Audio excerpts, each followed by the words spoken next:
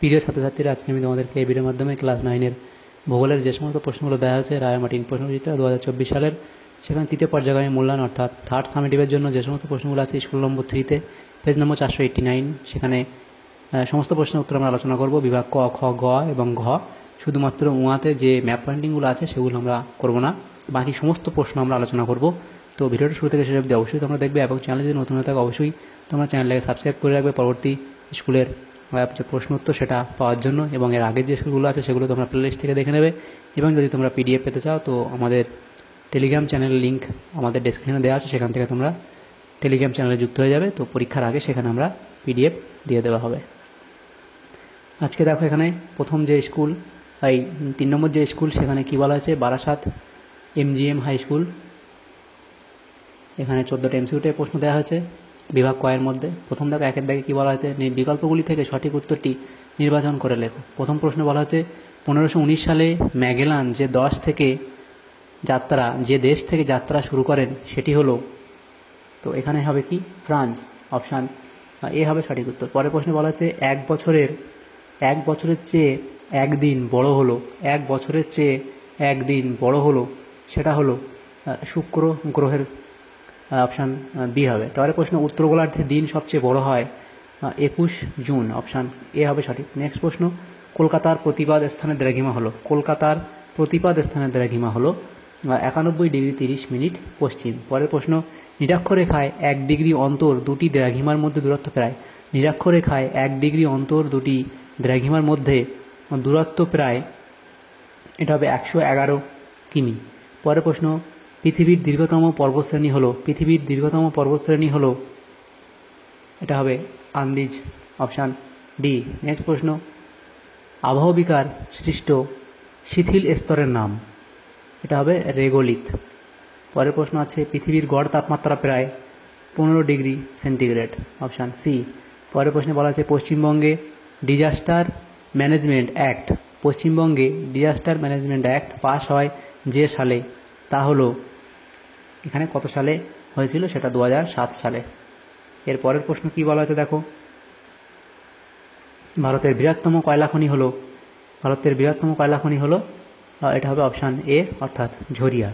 পরের প্রশ্ন ভারতের জাতীয় বিদ্যুৎ সংস্থা এনটিপিসি স্থাপিত হয় কত সালে, এটা হবে 1975 সালে, অপশান এ হবে এখানে সঠিক উত্তর। পরের প্রশ্ন উত্তর পূর্ব ভারতের প্রবেশদ্বার বলা হয়, এটা হবে শিলিগুড়িকে, উত্তর পূর্ব ভারতের প্রবেশদ্বার বলা হয় শিলিগুড়িকে। নেক্সট প্রশ্ন একসঙ্গে দুটি একক দেখানো হয়, একসঙ্গে দুটি একক দেখানো হয়, সেটা হবে তুলনামূলক রৈখিক স্কেলে।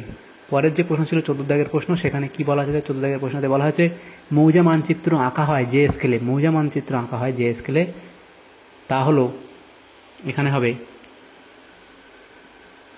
1:3960, অপশান ডি হবে তোমাদের এখানে সঠিক উত্তর। এর পরের যে প্রশ্ন সেখানে দেখো কি বলা হয়েছে, এখানে এমসিকিউ 14টা ছিল, সেগুলো আমরা আলোচনা করে নিলাম। এর পরের প্রশ্ন বিভাগ ক্ষয়ের মধ্যে যে প্রশ্নগুলো আছে দেখো, সেখানে 22টা প্রশ্ন আমাদের উত্তর করতে হবে, প্রত্যেকটা প্রশ্ন মানে এখানে এক একটা বিভাগ আলোচনা আছে। নিচে 2-এর দাগের প্রশ্ন, নিচের প্রশ্নগুলি নির্দেশ মতো উত্তর দাও। প্রথম দেখো 2-এর এ, নিচের বিবৃতিগুলি সত্য হলে ঠিক এবং ও অসত্য হলে ভুল লেখো, যে কোনো 6টি। প্রথম প্রশ্নে বলা হয়েছে পৃথিবীর মেরু প্রদেশের অভিকর্ষের মান বেশি, এটা সত্য না মিথ্যা, এটা হবে ঠিক। পরের প্রশ্ন 1781 সালে হার্সেল ইউরেনাস গ্রন্থটির অস্তিত্বের প্রমাণ দেন, এটাও হবে ঠিক। পরের প্রশ্ন মাউন্ট মোনাডনক পাহাড় একটি মোনাডনক, এটা সত্য না ঠিক, এটা সত্য না মিথ্যা, এটাও ঠিক হবে। পরের যে প্রশ্ন দেখো কি বলা হয়েছে এখানে, পর্বত বেষ্টিত মালভূমি নবীন ভঙ্গিল পার্বত্য অঞ্চলে গড়ে ওঠে, তো এটা এখানে হবে, এটাও এখানে ঠিক হবে। পরের প্রশ্ন রাসায়নিক আবহবিকারে খনিজের মৌলিক পরিবর্তন ঘটে, এটা ভুল। পরের প্রশ্ন কুমেরু মহাদেশ আন্তর্জাতিক সম্প্রদায়ের উদাহরণ, এটা ঠিক। পরের প্রশ্ন তিস্তা নদী জেমু হিমবাহ থেকে উৎপন্ন হয়েছে, এটা ভুল। তাহলে এখানে যে ঠিক ভুলগুলো দেওয়া ছিল সেগুলো হয়ে গেল। পরে দেখো বিয়ের দাগের প্রশ্ন শূন্যস্থানে উপযুক্ত শব্দগুলি লেখো। তো এখানে দেখো কি বলা আছে, প্রথম প্রশ্ন, পৃথিবীর পরিধি পরিমাপে এরাটোস্থেনিস ড্যাশ একক ব্যবহার করেন? এখানে হবে স্টেডিয়া একক ব্যবহার করেন। স্টেডিয়া একক ব্যবহার করেন। নেক্সট প্রশ্ন, পরস্পর বিপরীত দ্রাঘিমা রেখা দুটি যোগ করলে যে পূর্ণবৃত্ত পাওয়া যায় তাকে বলে মহাবৃত্ত। পরের প্রশ্ন, কৃত্রিম উপগ্রহের সাহায্যে ভূপৃষ্ঠের কোনো স্থানের অক্ষাংশ, দ্রাঘিমাংশ ও উচ্চতা নির্ণয়ের পদ্ধতিকে ড্যাশ বলে? সেখানে তাকে জিপিএস বলে। পরের প্রশ্ন, ভারতে ড্যাশ শ্রেণীর আকরিক লোহা বেশি পাওয়া যায়? এটা হবে কি? এখানে তোমরা শূন্যস্থান লিখবে, আমি এখানে লিখে দিচ্ছি হেমাটাইট ও ম্যাগনেটাইট। হেমাটাইট ও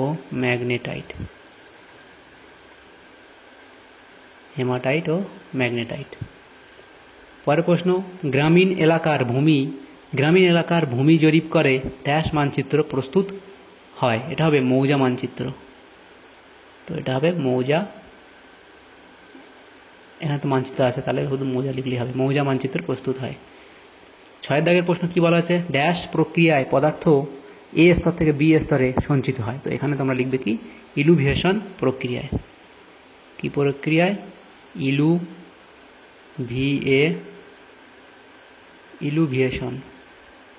ইলুভিয়েশন প্রক্রিয়ায় পদার্থ এ স্তর থেকে বি স্তরে সঞ্চিত হয়। শূন্যস্থানগুলো হয়ে গেল। এরপরে দেখো যে প্রশ্ন আছে সি এর দাগের প্রশ্ন, সেখানে কি বলা আছে? সি এর দাগের প্রশ্নে আমাদের এখানে এ কয়স্তম সঙ্গে ক্ষয়স্তম মেলাতে বলা হয়েছে। তো 1 নম্বরে কি আছে দেখো, ভারতের সর্বেক্ষণ বিভাগের সদর দপ্তর কোথায় অবস্থিত? সেটা হবে অপশান ডি, দেরাদুনে। নেক্সট প্রশ্ন, সেল এর সদর দপ্তর কোথায় অবস্থিত? সেল এর সদর দপ্তর হলো নতুন দিল্লি, অপশান সি। পরের প্রশ্ন, পশ্চিমবঙ্গের উষ্ণতম স্থান, এটা হবে তোরাং। নেক্সট প্রশ্ন, পশ্চিমবঙ্গের শুষ্কতম স্থান, এটা হবে সুইসা, অপশান বি। নেক্সট প্রশ্ন, ভারতের বৃহত্তম লিগনাইট খনি, এটা হবে নেভেলি, অপশান এ। পরের প্রশ্ন দেখো, বিশ্বের বৃহত্তম তৈল শোধনাগার, এটা হবে অপশান এ, অর্থাৎ জামনগর। দেখো ডি এর দাগের যে প্রশ্নগুলো বলা আছে, দেখো 2-1টি শব্দ উত্তর দাও। প্রথম প্রশ্ন, 174 ডিগ্রি পশ্চিম দ্রাঘিমা ও 169 ডিগ্রি পূর্ব দ্রাঘিমার ন্যূনতম ব্যবধান কত? তো এটা কি করে করবে? দেখবে এখানে যে দেওয়া আছে সেটা হচ্ছে কি 174 ডিগ্রি পশ্চিম দ্রাঘিমা। এবার 174 ডিগ্রি পশ্চিম দ্রাঘিমাকে যদি আমরা পূর্ব দ্রাঘিমাতে মান নির্ণয় করি, তাহলে কি হবে? 360কে 174 দিয়ে বিয়োগ করতে হবে। করলে কত আসবে দেখো, এটা 186 ডিগ্রি পূর্ব, অর্থাৎ 174 ডিগ্রি পশ্চিম দ্রাঘিমা সমান 186 ডিগ্রি পূর্ব দ্রাঘিমা আমরা লিখতে পারি। এবং আর একটা যেটা বলা ছিল 169 পূর্ব দ্রাঘিমা, তাহলে আমার 169 পূর্ব দ্রাঘিমা দেওয়াই আছে। আর এটা আমরা বার করলাম কত? 186 পূর্ব দ্রাঘিমা, 186 ডিগ্রি পূর্ব দ্রাঘিমা। তাহলে এই যে পূর্ব দ্রাঘিমা দুটোর মধ্যে ডিফারেন্স আমরা নির্ণয় করবো। এখন 186 ডিগ্রি এবং 169 ডিগ্রি এর মধ্যেকার পার্থক্য হলো, বিয়োগ করলে কত হয়? 17 ডিগ্রি। তাই 174 ডিগ্রি পশ্চিম দ্রাঘিমা ও 169 ডিগ্রি পূর্ব দ্রাঘিমার ন্যূনতম ব্যবধান হলো 17 ডিগ্রি। তাহলে অঙ্কটা উত্তর তোমাদের কত হবে? 17 ডিগ্রি। পরের প্রশ্ন দেখো কি বলা আছে, অক্ষরেখা ও দ্রাঘিমা রেখার জালিকাকে কি বলে? এটাকে ভূজালক বা ভৌগোলিক জালক বলা হয়। ভূজালক বা ভৌগোলিক জালক বলা হয়। পরের প্রশ্ন দেখো, অসংখ্য মানচিত্র সংকলিত পুস্তককে কি বলে? এটা কি বলা হয়? অ্যাটলাস বলা হয়। পরের প্রশ্ন ছিল, পশ্চিমবঙ্গে কোন দুর্যোগের প্রাধান্য সবচেয়ে বেশি? এটা হলো ঘূর্ণিঝড়। পরের প্রশ্ন, বিভাগ গ, সেখানে যে প্রশ্নগুলো ছিল, তো সেগুলো দেখো কি প্রশ্ন ছিল এখানে। 3-এর দাগের যে প্রশ্ন, নিম্নলিখিত প্রশ্নগুলি উত্তর দাও, বিকল্প প্রশ্নগুলি লক্ষণীয়। এখানে প্রত্যেকটা প্রশ্ন 2 নম্বর করে দেওয়া হয়েছে। প্রথম প্রশ্ন, সৌর বছর বা ক্রান্তীয় বর্ষ কি? দেখবে পৃথিবী নিজ অক্ষের উপর আবর্তিত হতে হতে ঘড়ির কাঁটার বিপরীতে নির্দিষ্ট পথে নির্দিষ্ট সময়ে এই যে টাইমটা লাগে এখানে দেওয়া আছে 365 দিন 5 ঘন্টা 48 মিনিট 46 সেকেন্ড সূর্যকে প্রদক্ষিণ করে, একে সৌর বছর বলে। কথা দিয়েছিল ছায়াবৃত্ত বলতে কী বোঝো? এদিকে পৃথিবী গোলাকার হওয়ায় পৃথিবীর যে অর্ধাংশ সূর্যের সামনে থাকে সেই অংশ আলোকিত হয় ও বিপরীত অর্ধাংশ অন্ধকারাচ্ছন্ন হয়। এই আলোকিত ও অন্ধকারাচ্ছন্ন অর্ধাংশ যে কাল্পনিক বৃত্তাকার সীমারেখায় মিলিত হয় তাকে ছায়াবৃত্ত বলে। এটুকু লিখলেই হবে। নেক্সট প্রশ্ন, লন্ডনের 51 ডিগ্রি উত্তর এবং লন্ডনের 51 ডিগ্রি উত্তর পূর্ব 0 ডিগ্রি 5 মিনিট এই লন্ডনের প্রতিবাদ স্থানে অবস্থান কত? অ্যাকচুয়ালি এটা বার করতে বলা হয়েছে। তো এভাবে তোমরা করবে। লন্ডনের অবস্থান, তার অক্ষাংশ 51 ডিগ্রি উত্তর এবং দ্রাঘিমাংশ কত? 0 ডিগ্রি 5 মিনিট পূর্ব। এই লেখার অর্থই এটা যে লন্ডনের অক্ষাংশ 51 ডিগ্রি এবং দ্রাঘিমাংশ 0 ডিগ্রি 5 মিনিট পূর্ব। তাহলে প্রতিবাদ স্থানে অবস্থান কত হবে? যেহেতু প্রতিবাদ স্থান বলে লিখবে অক্ষাংশ 51 ডিগ্রি দক্ষিণ, তাহলে উত্তর থেকে দক্ষিণে যাবে। তাহলে এই উত্তর আছে এখানে, প্রতিবাদ স্থান উল্টো হবে 51 ডিগ্রি দক্ষিণ।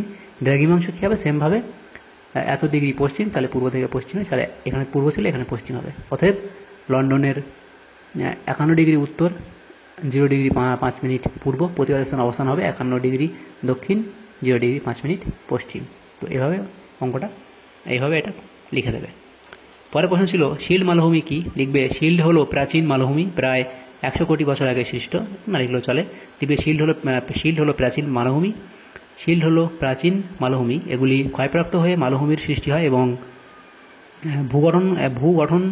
ভূগঠনগতভাবে এরা সুস্থিত, যেমন ব্রাজিলীয় শিল্ড, কানাডীয় শিল্ড ইত্যাদি।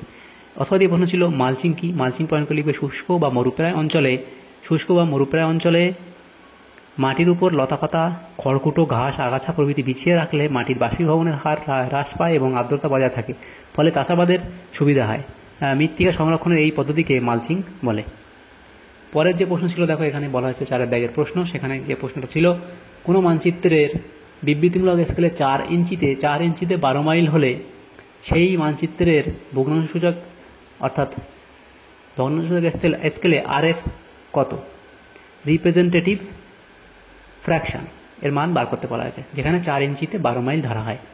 দেখো এই বিবৃতি যেটা বলা আছে বিবৃতিমূলক স্কেল, এটার নাম আমার ভালো হয় যে বিবৃতিমূলক স্কেলে 4 ইঞ্চিতে 12 মাইল বলতে বোঝায় যে মানচিত্রে 4 ইঞ্চি বাস্তবে 12 মাইলের সমান, এটা ধরা হয়। লিখবে, না লিখলেও চলে।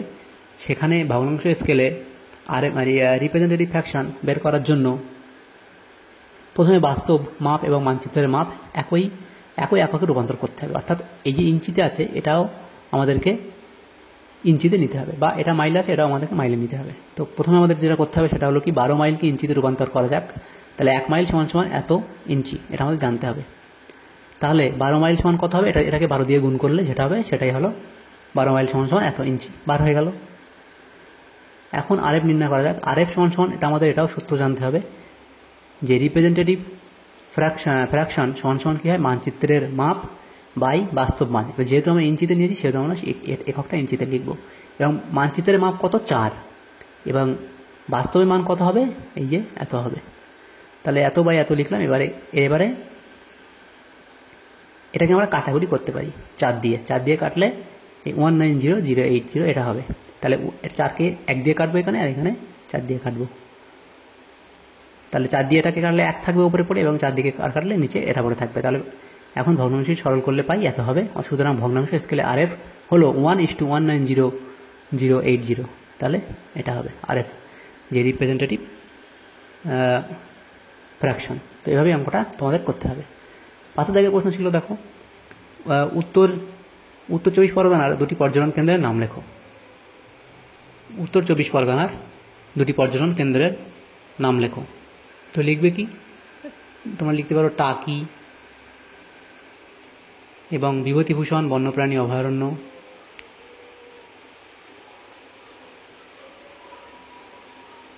বিভূতিভূষণ বন্যপ্রাণী অভয়ারণ্য। নেক্সট প্রশ্ন ছিল অথবা দিয়ে 2 ধরনের কয়লার নাম লেখো। লিখতে পারো বিটুমিনাস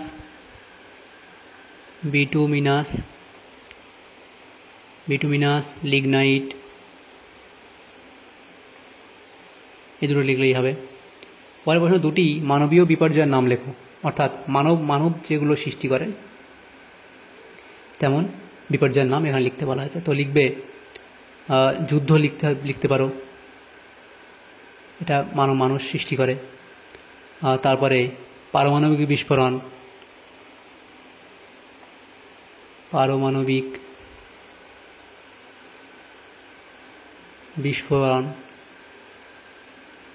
তারপরে লিখতে পারো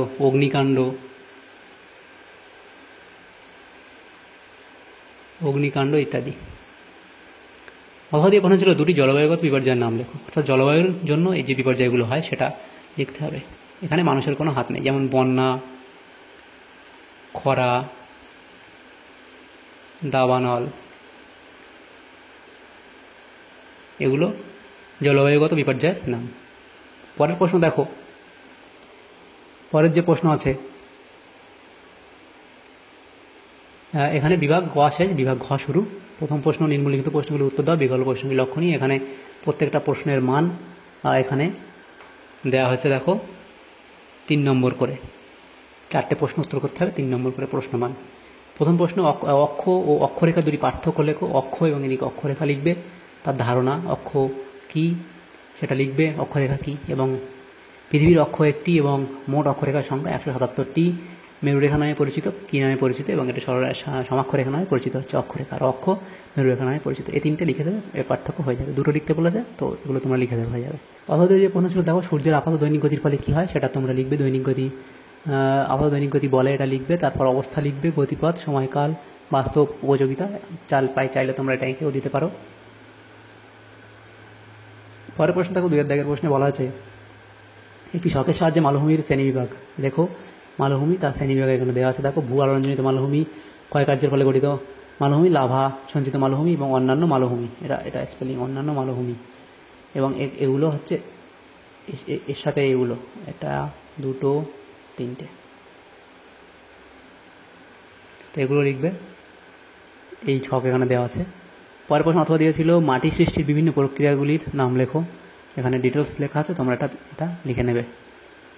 পরের প্রশ্ন ছিল 3 দাগের প্রশ্ন, কি বলা আছে, সর্ববিপর্যয় দুর্যোগ, এই সব বিপর্যয়, সব এখানে সব বিপর্যয় দুর্যোগ, কিন্তু সব দুর্যোগ বিপর্যয় নয়, ব্যাখ্যা করো। এই অবধি ডিটেলস লেখা আছে, তোমরা এটা নোট ডাউন করে নিও। এটা অথবা দিয়ে প্রশ্ন। অথবা দিয়ে প্রশ্ন ছিল কি, পার্বত্য অঞ্চল প্রায়শই ভূমিধসের কবলে পড়ে, ব্যাখ্যা করো।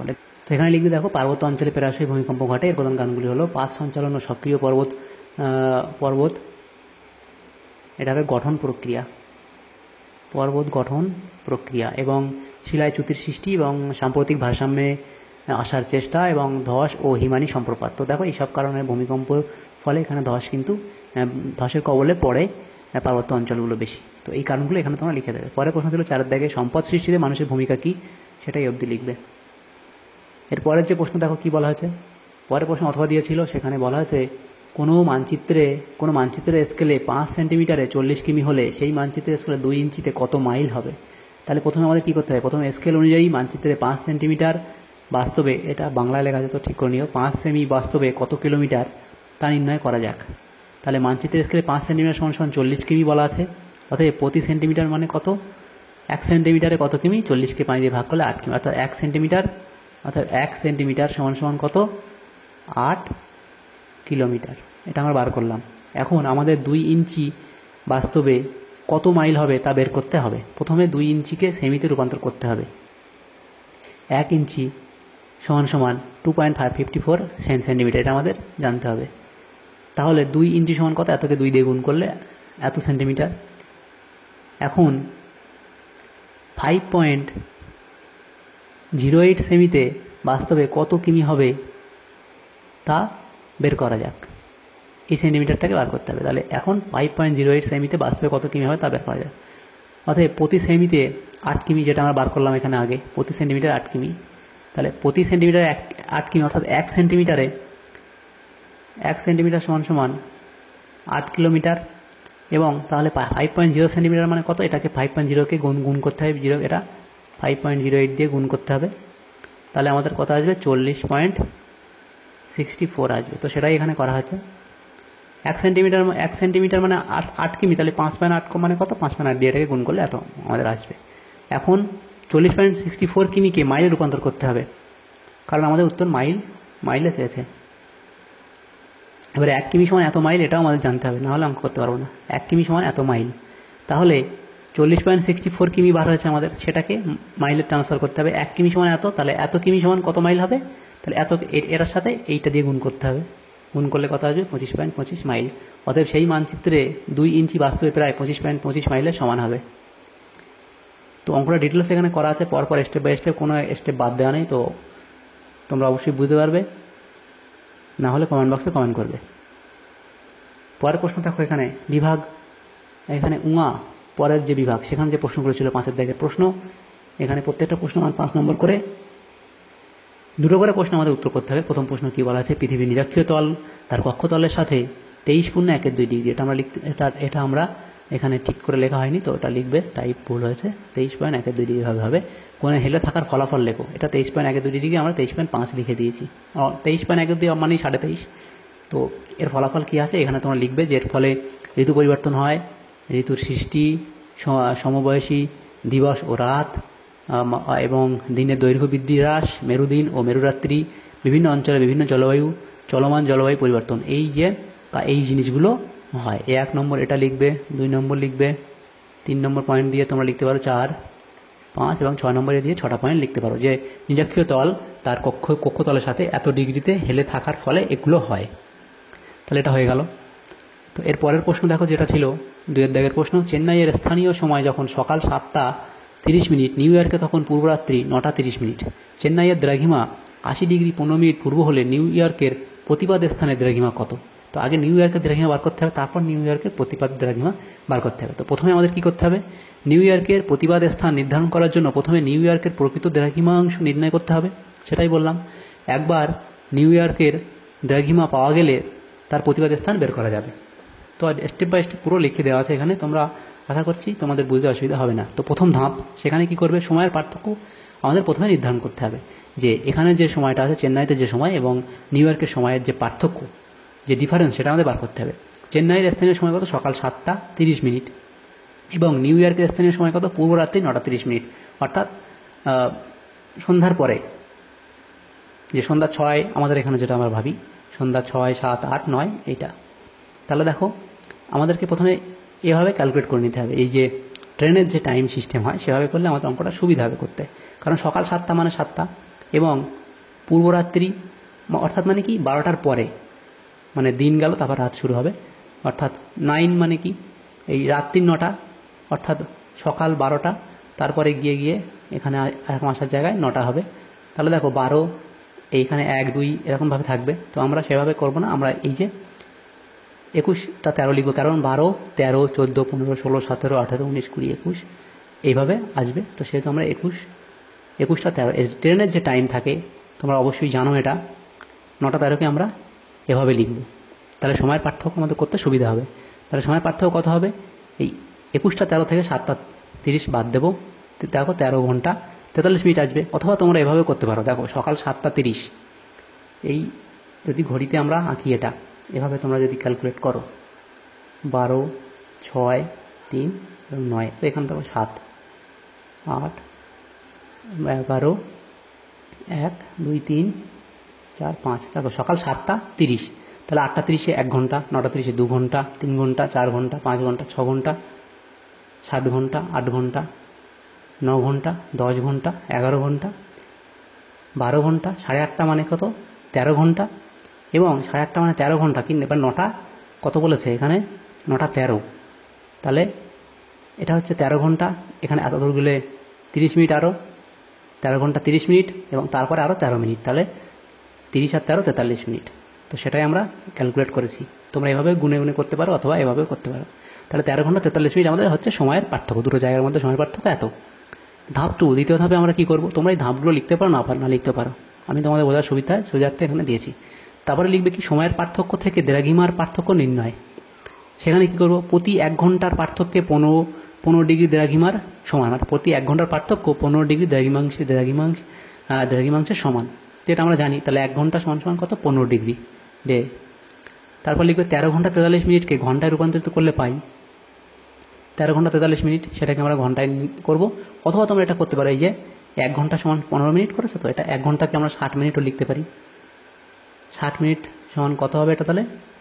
এটা 60 মিনিট সমান কত? 15 ডিগ্রি হবে। এভাবে তোমরা এই যেখানে মিনিট যেটা ছিল এটা থেকে তাহলে আমাদের কী হবে, 13 ঘন্টা 43 মিনিটকে আমাদের আবার মিনিট একটা কনভার্ট করতে হবে। তো যেহেতু এটা ঘন্টা আছে সেটা আমরা ঘন্টাতেই রেখে দিই। 13 ঘন্টা 43 মিনিট সমান সমান 13 ঘন্টা প্লাস 43 মিনিট। 43 মিনিটটাকে আমরা ঘন্টাতে নিয়ে গেলে কী করব? কোনো একটা মিনিটটাকে ঘন্টাতে নিয়ে গেলে আমরা কী করব?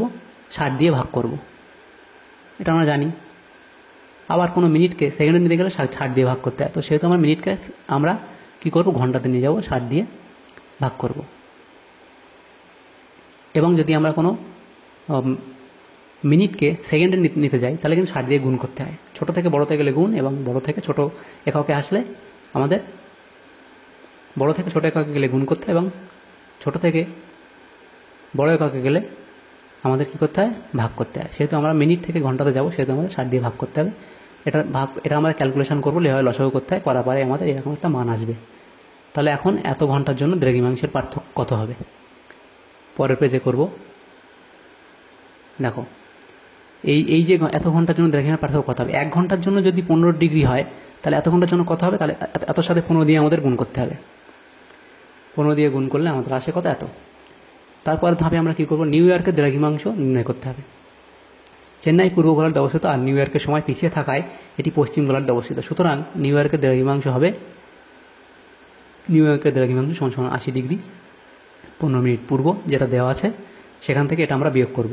দেখো প্রশ্ন তো দেওয়া ছিল এখানে, এই যে 80 ডিগ্রি 15 মিনিট পূর্ব, তো সেখান থেকে এখন যেটা আমাদের চেন্নাইয়ের যেটা ভাড়া বার হয়েছে 205.75, সেটা আমরা 205.75 ডিগ্রি, তো সেটা আমরা বিয়োগ করব। কিন্তু এখানে দেখো ডিগ্রি এবং মিনিট আছে, আর এখানে পুরোটাই ডিগ্রিতে আছে, তাহলে আমাদের এই মিনিটটাকে আবার চেঞ্জ করতে হবে। 80 ডিগ্রি 15 মিনিটকে দশমিক আকারে রূপান্তর করলে পাই 80.25 ডিগ্রি। তো নিউ ইয়র্কের দ্রাঘিমাংশ 80.25 ডিগ্রি সমান সমান 80.25 ডিগ্রি থেকে 205.75 ডিগ্রি বিয়োগ করলে মাইনাস 125.5 আসে। যেহেতু নেতিবাচক মান নির্দেশ করে নিউ ইয়র্ক এত পশ্চিম দ্রাঘিমাংশে অবস্থিত, অতএব তারপরে কী করব? নিউ ইয়র্কের প্রতিবাদ স্থানের দ্রাঘিমাংশ নির্ণয় করব। প্রতিবাদ স্থানের দ্রাঘিমাংশ হলো মূল স্থানের বিপরীত মান, এটা আমরা লিখেছি, না লিখতে পারো তোমরা। সুতরাং নিউ ইয়র্কের প্রতিবাদ স্থানের দ্রাঘিমা হবে এত ডিগ্রি। এখানে যেহেতু এটা পশ্চিম সেহেতু এটা পূর্ব হবে, অতএব নিউ ইয়র্কের প্রতিবাদ স্থানের দ্রাঘিমাংশ হলো 125.5 ডিগ্রি পূর্ব। তো এখানে যে 15 মিনিটকে আমরা এই যে ডিগ্রিতে কনভার্ট করতে হবে। 1 মিনিট সমান সমান কত? 1 মিনিট সমান সমান 4 ডিগ্রি। সেভাবে আমাদের এই যে 15 মিনিট সমান সমান কত ডিগ্রি হবে সেটা আমাদের বার করতে হবে। করার পরে আমাদের কিন্তু এইটা আসবে। এভাবে আমাদের এই অঙ্কটা করতে হবে। পরের প্রশ্ন দেখো কী বলা হয়েছে। 3 দাগের প্রশ্ন, সঞ্চয়জাত সমভূমির বৈশিষ্ট্য লেখো। সংজ্ঞা দেবে, উদাহরণ ভূমির উচ্চতা, বৃষ্টির সময়, উর্বরতা, ব্যাপ্তি, এইগুলো তোমরা লিখে দেবে। এটা সঞ্চয়জাত সমভূমির বৈশিষ্ট্য হয়ে যাবে। পরের প্রশ্ন ছিল যান্ত্রিক আবহবিকারের ফলাফল লেখো। যান্ত্রিক বা ভৌত আবহবিকার লিখবে, সেখানে লিখবে যান্ত্রিক আবহবিকারের পদ্ধতিসমূহ সৃষ্ট ভূমিরূপ, সেখানে ডিটেলস লিখবে যে তাপীয় প্রসারণ ফলে কী প্রস্তর, এটা হবে প্রস্তর, এটা চাই হবে, প্রস্তর চাই খণ্ডীকরণ এবং স্বল্পমোচন। এই প্রস্তর চাই খণ্ডীকরণের সংজ্ঞা, প্রক্রিয়া উদাহরণ দেবে, এবং স্বল্পমোচনের সেই সেমভাবে প্রক্রিয়া লিখবে, উদাহরণ নিচে এখানে উদাহরণ দেবে। এরপরে লিখবে কি? পরে লিখবে ক্ষুদ্র কণা বিসরণ, সেখানে এর প্রক্রিয়া উদাহরণ দেবে। তারপর এখানে দেখো এটা হবে গণ্ডশিলা বিদারণ, সেটা লিখবে।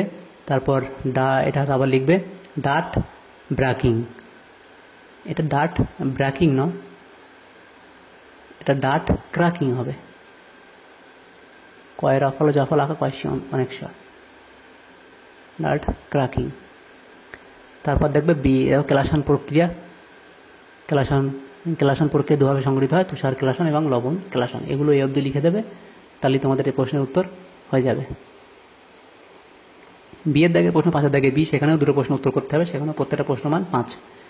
দেখো প্রথম প্রশ্ন বলা আছে ভারতের আকরিক লোহা উত্তোলক অঞ্চলের সংক্ষিপ্ত বিবরণ দাও। সেখানে লিখবে তোমরা যে আকরিক লোহা উত্তোলনে ভারত পৃথিবীতে চতুর্থ স্থান চতুর্থ স্থান অধিকার করেছে 2012-13 সালে ভারতের আকরিক এটা হয় আকরিক লোহা উত্তোলনের পরিমাপ এত ছিল, এত লক্ষ টন। তো কোন রাজ্যে বেশি হয়? প্রথমে রাজ্য লিখবে ওড়িশা প্রথম স্থানাধিকারী, উত্তোলক অঞ্চল কোনটা সেটা এখানে দেবে, এবং এখানে কতটা তৈরি হয়, এত উত্তোলক, এত লক্ষ টন, এতটা উৎপন্ন হয়। এবং পরে আবার লিখবে দ্বিতীয় নম্বর রাজ্য লিখবে, সেখানে সেমভাবে উত্তোলক কত টন হয়, এবং তারপরে আবার সেমভাবে রাজ্য কোথায় কোথায় হয়, এটা তৃতীয় স্থানাধিকারী, এটা দ্বিতীয় স্থানাধিকারী, এবং এখানে কতটা উত্তোলন হয় সেটা লেখা আছে। দেখো এই যে 180 লক্ষ টন। পরের প্রশ্ন দেখো যেটা বলা ছিল এখানে রাজ্য পরেরটা আছে কর্ণাটক চতুর্থ স্থানাধিকারী, এবং তারপরে আছে গোয়া পঞ্চম স্থানাধিকারী, সেমভাবে অন্যান্য দেওয়া আছে। তো এই ডিটেলসটা পুরোটা তোমরা লিখে দেবে। পরে 2000 প্রশ্ন ছিল পশ্চিমবঙ্গের নদ নদী ও খালের জলের বহুমুখী অতি ব্যবহারের অসুবিধাগুলি কী কী। তো এটা লিখবে পশ্চিমবঙ্গের নদ নদী ও খালের জলের বহুমুখী অতি ব্যবহারের ক্ষতিকর প্রভাবগুলি হলো 1 নম্বর ভৌমজলের ভাণ্ডার হ্রাস, মৃত্তিকার লবণতা বৃদ্ধি, জলজ বাস্তুতন্ত্রের উপর প্রভাব, ফসল উৎপাদনের উপর প্রভাব, পানীয় জলের ঘাটতি, এবং 6 নম্বর তোমরা এটা লিখতে পারো কি জল দূষণ। নদী বা খালের জলের পরিমাপ কমে গেলে পরোক্ষভাবে জল দূষণের মাত্রা বৃদ্ধি পায়। তো এটা স্পেলিংটা দেখা যাচ্ছে না, তোমরা ঠিক করে নিও। জল দূষণ, নদী বা খালের জলের পরিমাণ কমে গেলে পরোক্ষভাবে জল দূষণের মাত্রা বৃদ্ধি পাবে। তো এটা হয়ে গেল। এর পরের প্রশ্ন ছিল কি, দেখো 3 দাগের প্রশ্নে কী বলা আছে, ভগ্নাংশ সূচক ও আয়তন স্কেলের অসুবিধাগুলি লেখো। অসুবিধাগুলি হলো এটা ভগ্নাংশ সূচক স্কেলের ক্ষেত্রে মানচিত্র, এটা 1 নম্বর দেবে, এখানে নম্বর এটা ভুল হয়েছে। মানচিত্র বড় বা ছোট করতে হলে তার সাপেক্ষে আরএফকেও বড় বা ছোট করে নিতে হয়। দ্বিতীয় লিখবে গাণিতিক হিসাব না জানলে স্কেল ব্যবহার করা অসুবিধাজনক, স্কেলটি সংখ্যা প্রকাশিত হয় বলে চোখে থেকে স্কেল অনুধাবন করা অসুবিধাজনক, এবং একমাত্রহীন হয় এর একক থেকে আর এক এককে রূপান্তর করা খুবই কষ্টসাধ্য, এবং একমাত্র অভিজ্ঞ ব্যক্তিরাই এই স্কেল ব্যবহার করতে পারেন। এবং দ্বিতীয় লিখবে কি আয়তন স্কেল, এই আয়তন স্কেলের অসুবিধা। এই প্রথমটা হয়ে গেল, এবং প্রথমটা হলো ভগ্নাংশ সূচক, এবং এটা আয়তন স্কেলের অসুবিধা বলে পয়েন্ট করে লিখবে। এই যে 3টে পয়েন্ট এখানে লিখে দেবে। পরে 4 দাগে প্রশ্ন বলা ছিল পশ্চিমবঙ্গের পার্বত্য অঞ্চলের জলবায়ু বৈশিষ্ট্যগুলি লেখো। তো এই অবস্থান লিখবে, জলবায়ুর ধরন, তাপমাত্রা, বৃষ্টিপাত, শীত ও গ্রীষ্মের স্থায়িত্ব, বৃষ্টিপাতের প্রকৃতি, পরে আছে বায়ুপ্রবাহ, বর্ষার স্থায়িত্ব, ঘূর্ণবাদের প্রভাব, আর্দ্রতা এবং কুয়াশার অবস্থা। এইগুলো তোমার 11টা পয়েন্ট দেওয়া আছে। পশ্চিমবঙ্গের পার্বত্য অঞ্চলের জলবায়ু বৈশিষ্ট্যগুলি তোমরা লিখে দেবে। তাহলে দেখো এখানে যে সমস্ত প্রশ্নগুলো ছিল আমরা সমস্ত প্রশ্ন উত্তর আলোচনা করে নিলাম।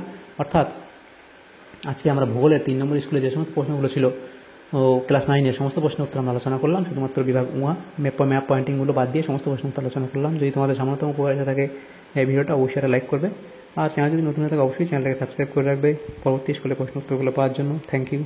Thanks for watching.